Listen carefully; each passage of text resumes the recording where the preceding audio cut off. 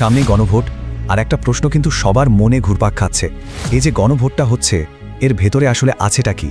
আমরা অনেকেই জানি যে একটা হাঁ আর না ভোটের ব্যাপার আছে, কিন্তু এই একটা ভোটের পেছনে যে আস্ত ৮৪টা প্রস্তাব লুকিয়ে আছে, সেই বিষয়টা হয়তো অনেকেই পরিষ্কারভাবে জানেন না।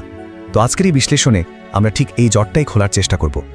তো মূল প্রশ্নটা হলো এটাই, যখন ভোট দিতে যাওয়া হবে, ব্যালেটে অপশন থাকবে দুটো, হ্যাঁ অথবা না। কিন্তু এই একটা হ্যাঁ বা না ভোটের মাধ্যমে ঠিক কোন ৮৪টা বিষয়ের রায় দেওয়া হয়ে যাচ্ছে, চলুন এই পুরো ব্যাপারটা একটু তলিয়ে দেখা যাক। আর এখানেই কিন্তু ব্যাপারটা একটু অন্যরকম, মানে গণভোটের ফরম্যাটটা একটা প্যাকেজ ডিলের মতো। যদি হ্যাঁ ভোট দেওয়া হয়, তার মানে হলো ওই ৮৪টা প্রস্তাবের সবকটাতেই একসাথে সম্মতি দেওয়া হচ্ছে। আবার না ভোট দেওয়ার মানে হলো ৮৪টা প্রস্তাবকেই একসাথে বাতিল করে দেওয়া। এর মধ্যে থেকে কোনো একটা পছন্দ করা বা কোনো একটা বাদ দেওয়ার কিন্তু সুযোগ নেই। হয় পুরো প্যাকেজটাই নিতে হবে, না হলে পুরোটাকেই বাদ দিতে হবে। আচ্ছা, তাহলে চলুন আমাদের প্রথম অংশে যাই। ৮৪টা আলাদা প্রশ্ন, কিন্তু উত্তর দেওয়ার সুযোগ মাত্র একটা। এই গণভোটটা কেন আগে সব গণভোটের থেকে এত আলাদা, আর কেনই বা এটা বোঝা এত জরুরি, চলুন সেটা একটু দেখি। দেখুন, আমরা যদি একটু অতীতের দিকে তাকাই, যেমন ধরুন ব্রেক্সিটের কথা, এত বড় একটা গণভোট, কিন্তু প্রশ্ন ছিল একটাই, ইউকে কি ইউরোপীয় ইউনিয়নে থাকা উচিত, হ্যাঁ অথবা না। এমনকি আমাদের দেশও ১৯৯১ সালের গণভোটে প্রশ্ন ছিল মাত্র একটা, আমরা কি রাষ্ট্রপতি শাসিত ব্যবস্থা থেকে সংসদীয় ব্যবস্থায় ফিরব। কিন্তু এবারের মতো এতগুলো ৮৪টা ভিন্ন ভিন্ন বিষয়কে একটা ভোটের মধ্যে নিয়ে আসার ঘটনা কিন্তু এর আগে কখনো ঘটেনি। তো এই ৮৪টা প্রস্তাব আসলো কোথা থেকে? এগুলো কিন্তু আকাশ থেকে পড়েনি। অন্তর্বর্তীকালীন সরকার প্রথমে ৬টা আলাদা সংস্কার কমিশন তৈরি করে, তারা সব মিলিয়ে ১৬৬টা সুপারিশ জমা দেয়। এরপর একটা ঐক্যমত্য কমিশন বিভিন্ন রাজনৈতিক দল বিশেষজ্ঞদের সাথে বসে সেই ১৬৬টা থেকে ছেকে ৮৪টা দফা চূড়ান্ত করে। আর এই ৮৪টা দফাই হলো জুলাই সনদ। মানে আমরা যে হ্যাঁ বা না ভোটটা দিচ্ছি, সেটা কিন্তু আসলে এই পুরো জুলাই সনদটার উপরই দিচ্ছি। এবার আসা যাক এই সনদের সম্ভবত সবচেয়ে বড় আর সবচেয়ে আলোচিত পরিবর্তনটায়। প্রস্তাব করা হয়েছে যে আমাদের সংসদ আর এক কক্ষের থাকবে না, এটা হবে ২ কক্ষের। তো এই দ্বিকক্ষ বিশিষ্ট ব্যবস্থার মানেটা আসলে কি? ব্যাপারটা সহজ। দ্বিকক্ষ বিশিষ্ট সংসদ মানে হলো এখন থেকে দুটো হাউস থাকবে। একটা তো আমাদের বর্তমান সংসদের মতোই, যেখানে সরাসরি ভোটে এমপিরা নির্বাচিত হয়ে আসবেন, এটাকে বলা হবে নিম্নকক্ষ। আর এর সাথে নতুন করে যোগ হবে আর একটা হাউস, যেটার নাম উচ্চকক্ষ বা সিনেট। এর মূল কাজ হবে নিম্নকক্ষ থেকে পাশ হওয়া আইনগুলো আরেকবার যাচাই বাছাই করা, অনেকটা ক্ষমতার ভারসাম্য বা চেক অ্যান্ড ব্যালেন্স রক্ষা করার মতো। এই উচ্চকক্ষের গঠন বা কাজের ধরনটা একটু প্যাঁচানো মনে হতে পারে। তো চলুন একটা কাজ করি, পুরো ব্যাপারটা সহজে বোঝার জন্য আমরা একটা কাল্পনিক নির্বাচন আয়োজন করি। আমার মনে হয় তাহলেই পুরো ছবিটা একদম পরিষ্কার হয়ে যাবে। ওকে, তো আমাদের এই কাল্পনিক নির্বাচনের সেটআপটা কি? ধরুন ৩টা দল মাঠে নেমেছে, দল ক, দল খ আর দল গ। মোট আসন মাত্র ৩টা, আর ভোটার সংখ্যা ধরুন ২ লাখ। একদম সহজ একটা হিসাব, তাই না?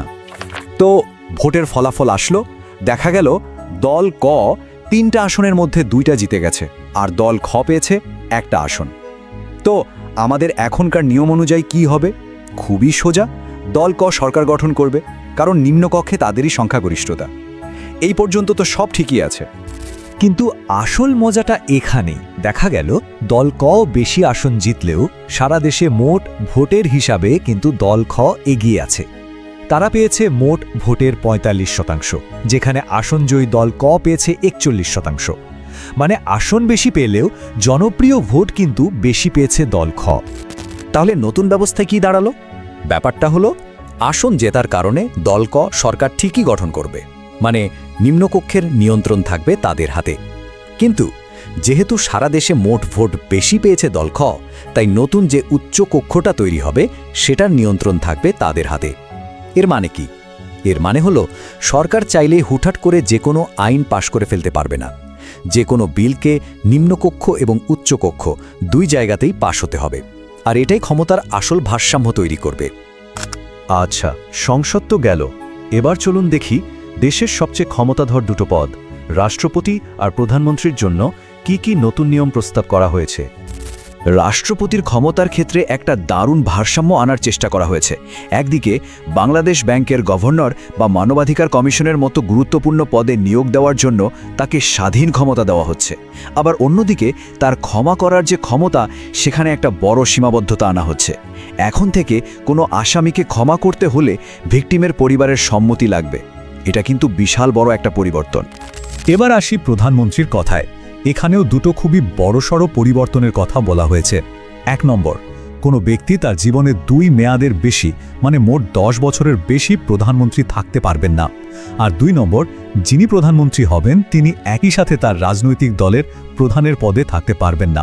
মানে সরকার আর দলকে আলাদা করে ফেলার একটা চেষ্টা আর কি। এইসব বড় বড় রাজনৈতিক সংস্কার ছাড়াও কিন্তু সনদে আরও অনেক ইন্টারেস্টিং আর গুরুত্বপূর্ণ প্রস্তাব আছে। চলুন কয়েকটা বিষয় এক ঝলকে দেখে নিই। দেখুন, লিস্টটা কিন্তু বেশ লম্বা আর বৈচিত্র্যময়। যেমন দেশের সব মাতৃভাষাকে প্রাতিষ্ঠানিক স্বীকৃতি দেওয়ার কথা বলা হয়েছে। আবার প্রতি নির্বাচনে নারীদের জন্য সংরক্ষিত আসন 5% করে বাড়ানোর প্রস্তাবও আছে। শুধু তাই না, বিচারপতিদের প্রতি 3 বছর পরপর সম্পদের হিসাব দেওয়া বাধ্যতামূলক করা হচ্ছে। এমনকি নাগরিকদের দাপ্তরিক পরিচয়ে বাঙালির বদলে বাংলাদেশি করা এবং কুমিল্লা ও ফরিদপুরকে নতুন বিভাগ করার মতো প্রস্তাবও এর ভেতরে রয়েছে। তো আমরা সনদের অনেক ভালো ভালো দিক দেখলাম, প্রস্তাবগুলো নিঃসন্দেহে দারুণ। কিন্তু এখানেই একটা খুব জরুরি প্রশ্ন চলে আসে। কাগজে কলমে দারুণ সব আইন বানানো হলো, কিন্তু বাস্তবতা কি তাতে আসলেই বদলাবে? আর এটাই হলো সবচেয়ে বড় প্রশ্ন। প্রস্তাবগুলো তো খুবই ভালো, এতে কোনো সন্দেহ নেই, কিন্তু শুধু ভালো আইন বা ভালো প্রস্তাব থাকলেই কি সব সমস্যার সমাধান হয়ে যায়? যদি আমরা মানে সাধারণ মানুষ আমাদের মানসিকতা না বদলায়, আমাদের সংস্কৃতিটা না বদলায়, তাহলে কি শুধু আইন দিয়ে পরিবর্তন আনা সম্ভব? ব্যাপারটা বুঝতে চলুন একটা খুব সহজ উদাহরণ দেখি।